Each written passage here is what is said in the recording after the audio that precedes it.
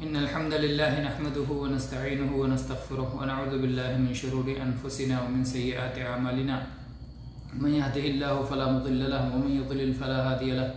وأشهد أن لا إله إلا الله وحده لا شريك له وأشهد أن محمدا عبده ورسوله أما بعد فإن خير الحديث كتاب الله وخير الهدي هدي محمد صلى الله عليه وسلم وشر الأمور محدثاتها وكل محدثة بدعة وكل بدعة ضلالة وكل ضلالة في النار. گرامی قدر علم دین کے شائقین، ہمارا درس جو مسائل جنازہ سے متعلق تھا، آج اللہ کے فضل و کرم سے ہم علامہ محمد ناصر الدین البانی رحمہ اللہ کی کتاب احکام الجنائز و بدعها کے مسئلے نمبر 60 تک پہنچ چکے ہیں. آج ہم مسئلہ نمبر 61 پڑھیں گے انشاءاللہ. مسئلہ نمبر 61 اور اس سے آگے یہاں پر صلاۃ جنازہ با جماعت سے متعلق مسائل پر گفتگو کی گئی ہے. شیخ فرماتے ہیں، شیخ البانی رحمہ اللہ فرماتے ہیں کہ جس طرح سے فرض صلاتوں کے لیے صلاۃ باجماعت ادائیگی واجب ہے، لازم ہے، اسی طرح سے صلاۃ جنازہ کے لیے بھی باجماعت ادائیگی فرض ہے. صلاۃ 5 وقتہ کے لیے لازم ہے کہ اسے باجماعت ادا کیا جائے. اسی طرح سے صلاۃ جنازہ کو بھی باجماعت ادا کرنا فرض ہے. اور اس کی دلیل یہ ہے کہ نبی کریم صلی اللہ علیہ وسلم نے صلاۃ جنازہ ہمیشہ باجماعت ادا کی ہے. اور دوسری دلیل یہ ہے کہ آپ نے فرمایا صلو کما رأیتمونی اصلی، کہ کوئی بھی صلاۃ ہو، نفل ہو، فرض ہو، صلاۃ الجنازہ ہو، صلاۃ العید ہو، صلاۃ الاستخارہ ہو، صلاۃ الکسوف ہو، کوئی بھی صلاح ہو، اس کو ویسے ہی ادا کیا جائے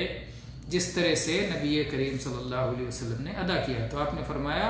اسی طرح صلاۃ ادا کرو جس طرح تم نے مجھے صلاۃ ادا کرتے ہوئے دیکھا.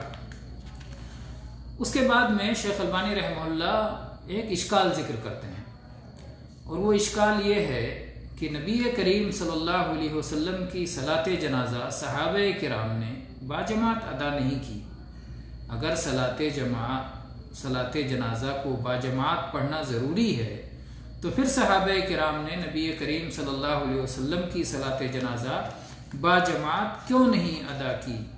تو شیخ کہتے ہیں کہ یہ ایک خاص مسئلہ ہے اور اس کی تفصیلی وجہ اور اس کا سبب نہیں معلوم ہے. اس لیے ہم وہ عمل اور وہ سنت ترک نہیں کر سکتے جس پر نبی کریم صلی اللہ علیہ وسلم نے اپنی حیات مبارکہ میں مداومت فرمائی ہے، خصوصاً جب کہ نبی کریم صلی اللہ علیہ وسلم کی صلاۃ جنازہ کی تنہا ادائیگی سے متعلق جو احادیث آئی ہیں وہ صحیح کے درجے میں بھی نہیں ہیں. اور البتہ یہ بات ضرور ہے کہ اس کی اتنی سندیں ہیں کہ وہ سب ایک دوسرے کو طاقت پہنچاتی ہیں. اگر نبی کریم صلی اللہ علیہ وسلم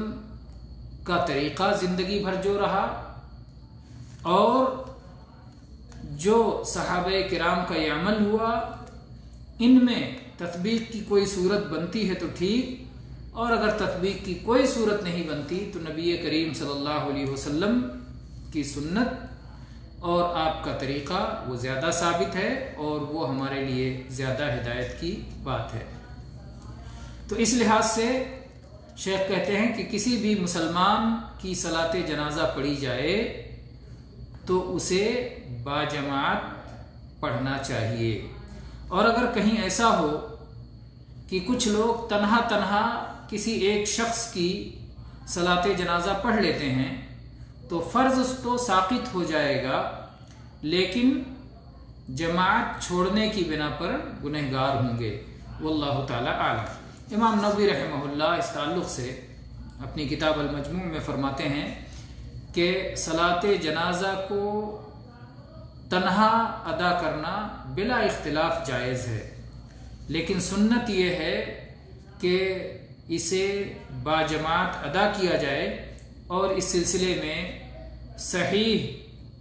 میں مشہور احادیث ہیں اور اس پر امت کا اجماع بھی ہے۔ اس کے بعد میں مسئلہ نمبر 62، تو مسئلہ نمبر 61 یہ ہوا کہ صلاۃ جنازہ باجماعت فرض ہے۔ مسئلہ نمبر 62 یہ ہے کہ جماعت کے لیے کم سے کم 3 کی تعداد ہونی چاہیے۔ اگر 3 لوگ ہیں تو جماعت ہو جائے گی، اور اس سلسلے میں عبداللہ بن ابی طلحہ کی حدیث ہے، کہتے ہیں کہ ابو طلحہ رضی اللہ عنہ نے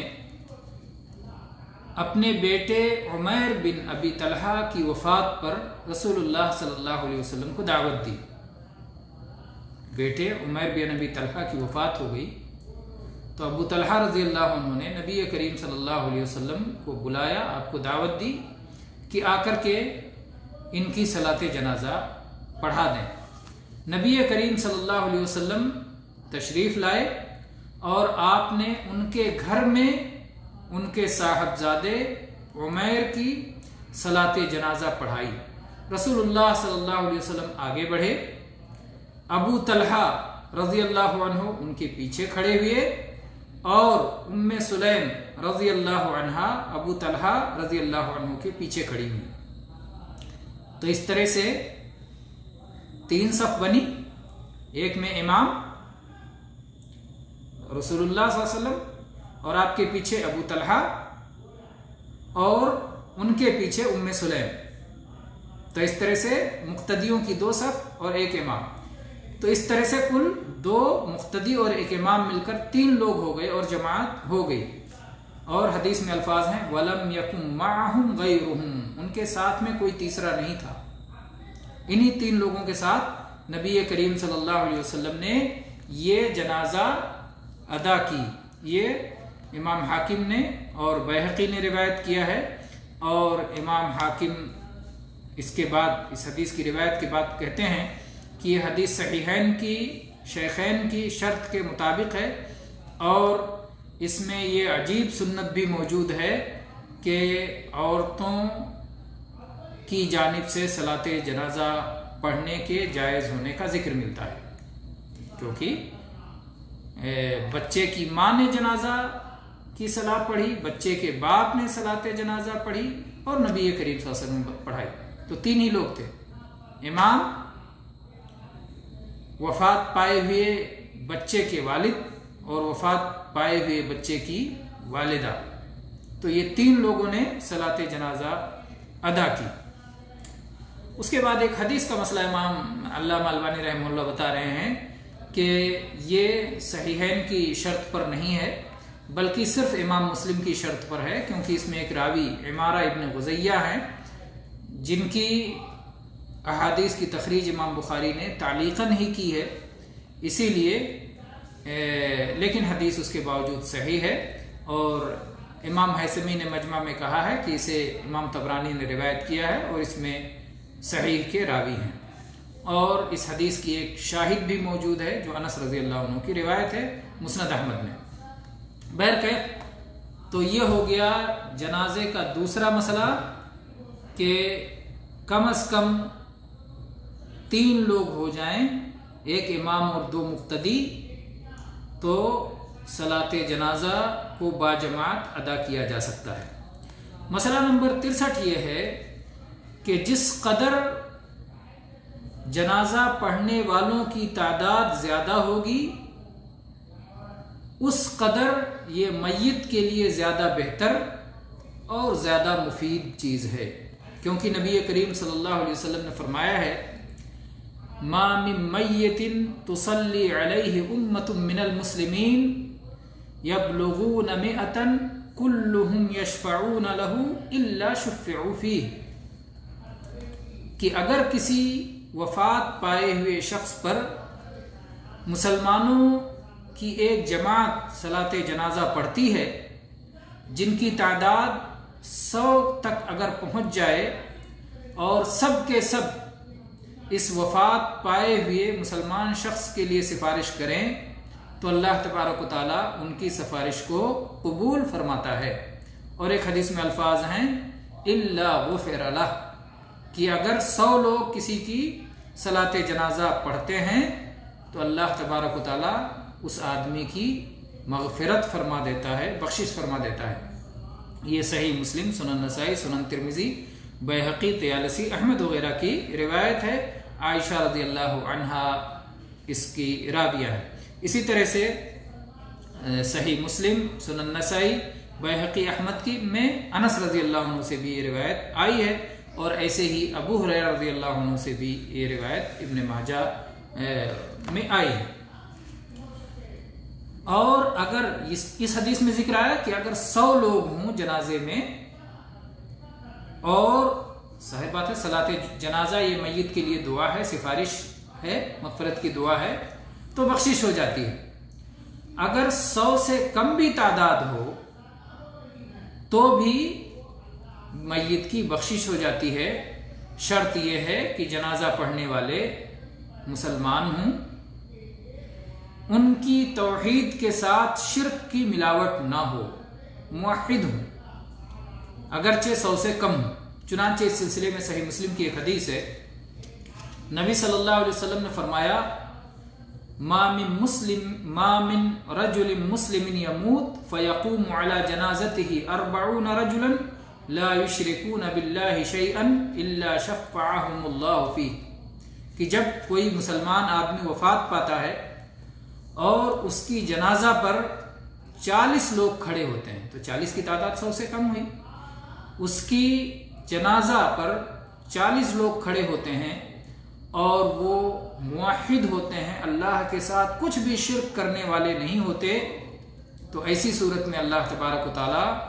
ان کی شفاعت کو قبول فرماتا ہے، اور اس طرح سے اس میت کی بخشش ہو جاتی ہے۔ اگلا مسئلہ ہے مسئلہ نمبر 64۔ مستحب یہ ہے کہ امام کے پیچھے 3 صفیں یا اس سے زیادہ بنائی جائیں، جنازے میں 3 صفیں یا اس سے زیادہ بنائی جائیں، یہ مستحب ہے۔ اور ایک صف میں اگر 2 آدمی ہوں کم سے کم تو اسے صف مان لیا جائے گا، 2 کم سے کم، اور زیادہ کی کوئی گنتی متعین نہیں ہے، زیادہ جتنے بھی ہوں، تو کسی صف کو صف ماننے کے لیے 2 کی تعداد ہونا کافی ہے، کم از کم 2 لوگ ہوں تو ایک صف ہو جائے گی۔ تو اس طرح سے اگر 6 لوگ ہیں تو 3 صف بن جائے گی، پہلی صف میں 2 لوگ، دوسری صف میں 2 لوگ، اور تیسری صف میں 2 لوگ اور ایک امام، 7 لوگ اگر ہیں تو 3 صف ان کی بھی بنانی چاہیے۔ اس سلسلے میں آئیے دیکھتے ہیں احادیث۔ پہلی حدیث ہے ابو امامہ رضی اللہ عنہ سے مروی ہے، کہتے ہیں کہ رسول اللہ صلی اللہ علیہ وسلم نے ایک صلاۃ جنازہ پڑھائی، اس میں 7 افراد تھے، 7 افراد تھے اس صلاۃ جنازہ میں، تو اللہ کے نبی صلی اللہ علیہ وسلم نے اس کی 3 تقسیم فرمائی۔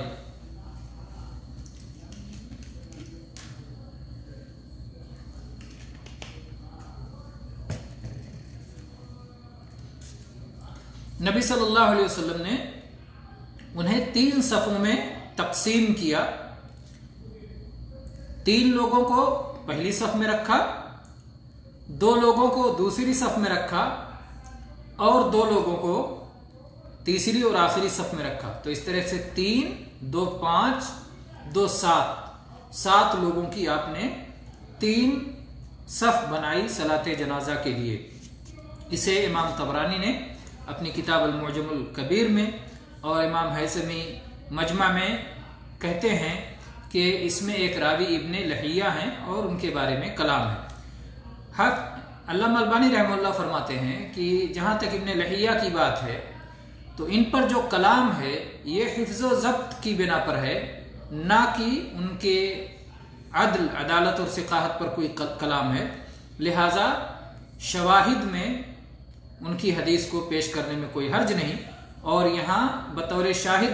پیش کیا ہے، جو اگلی حدیث آ رہی ہے اس کے شاہد کے طور پر اسے پیش کیا ہے، اسی کو مستقل حجت کے طور پر پیش نہیں کیا ہے۔ بہرحال اگلی حدیث کیا ہے؟ اگلی حدیث ہے مالک ابن حبیرہ رضی اللہ عنہ کی حدیث۔ فرماتے ہیں کہ رسول اللہ صلی اللہ علیہ وسلم نے فرمایا کہ جب کسی مسلمان کی وفات ہوتی ہے اور اس پر مسلمانوں کی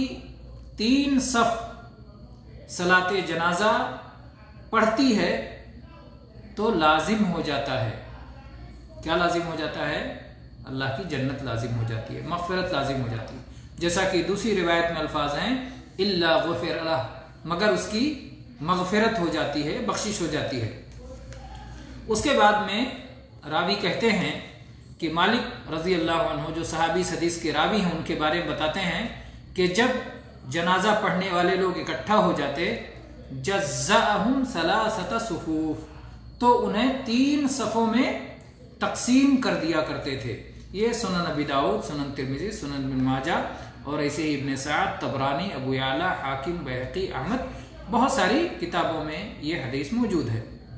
اور اس کے بعد میں شیخ البانی رحمہ اللہ نے اس کے تعلق سے مزید بحثیں کی ہیں۔ بہرحال کہنا یہ ہے کہ 3 صفیں صلاۃ جنازہ پڑھتے ہوئے بنانی چاہیے، ایسا کرنا مستحب ہے۔ اگلا مسئلہ ہے، اور اسی مسئلے پر آج کے درس کو مکمل کرتے ہیں کیونکہ صلاۃ باجماعت کے کئی مسائل آ گئے۔ اگلا مسئلہ ہے مسئلہ نمبر 65، اور وہ یہ ہے کہ اگر امام کے ساتھ صلاۃ جنازہ میں اگر امام کے ساتھ صرف ایک ہی شخص ہو تو وہ شخص امام کے ساتھ میں امام کے برابر نہیں کھڑا ہوگا، جس طرح کی بقیہ صلاۃ میں یہی طریقہ ہے۔ اگر کوئی آدمی صلاۃ 5 وقتہ میں سے کوئی صلاۃ پڑھ رہا ہے، تراویح پڑھ رہا ہے یا اور کوئی صلاۃ پڑھ رہا ہے، جماعت کرنا چاہتے ہیں، تو طریقہ یہ ہے کہ اگر 2 لوگ ہیں، ایک امام ایک مقتدی، تو امام بائیں کھڑا ہوگا اور مقتدی اس کے دائیں کھڑا ہوگا۔ لیکن صلاۃ جنازہ میں ایسا مسئلہ نہیں ہے، بلکہ صلاۃ جنازہ میں مقتدی پیچھے کھڑا ہوگا، امام آگے کھڑا ہوگا، مقتدی پیچھے کھڑا ہوگا۔ صلاۃ جنازہ کا مسئلہ بقیہ صلاۃ سے اس معاملے میں مختلف ہے، اور اس کی دلیل وہی حدیث ہے جو ابو طلحہ رضی اللہ عنہ کی گزری کہ نبی کریم صلی اللہ علیہ وسلم نے ان کے بیٹے عمیر کی صلاۃ جنازہ پڑھائی تو اللہ کے نبی صلی اللہ علیہ وسلم خود آگے کھڑے ہوئے، ابو طلحہ ان کے پیچھے کھڑے ہوئے، اور ام سلیم بچے کی والدہ ان کے پیچھے کھڑی ہوئی، تو 3 لوگ ہوئے، اور 2 ہونے کے باوجود، 2 مرد ہونے کے باوجود امام اور مقتدی پیچھے کھڑے ہوئے۔ اس سے معلوم ہوتا ہے کہ جنازے کے مسئلے میں اگر صرف 2 آدمی ہوں تو امام آگے کھڑا ہوگا اور دوسرا آدمی پیچھے کھڑا ہوگا۔ صلاۃ جنازہ کا مسئلہ بقیہ جو ہے صلاۃ سے مختلف ہے اس معاملے میں۔ واللہ تعالی عالم، وصلی اللہ علی نبینا وسلم، والحمد للہ رب العالمین۔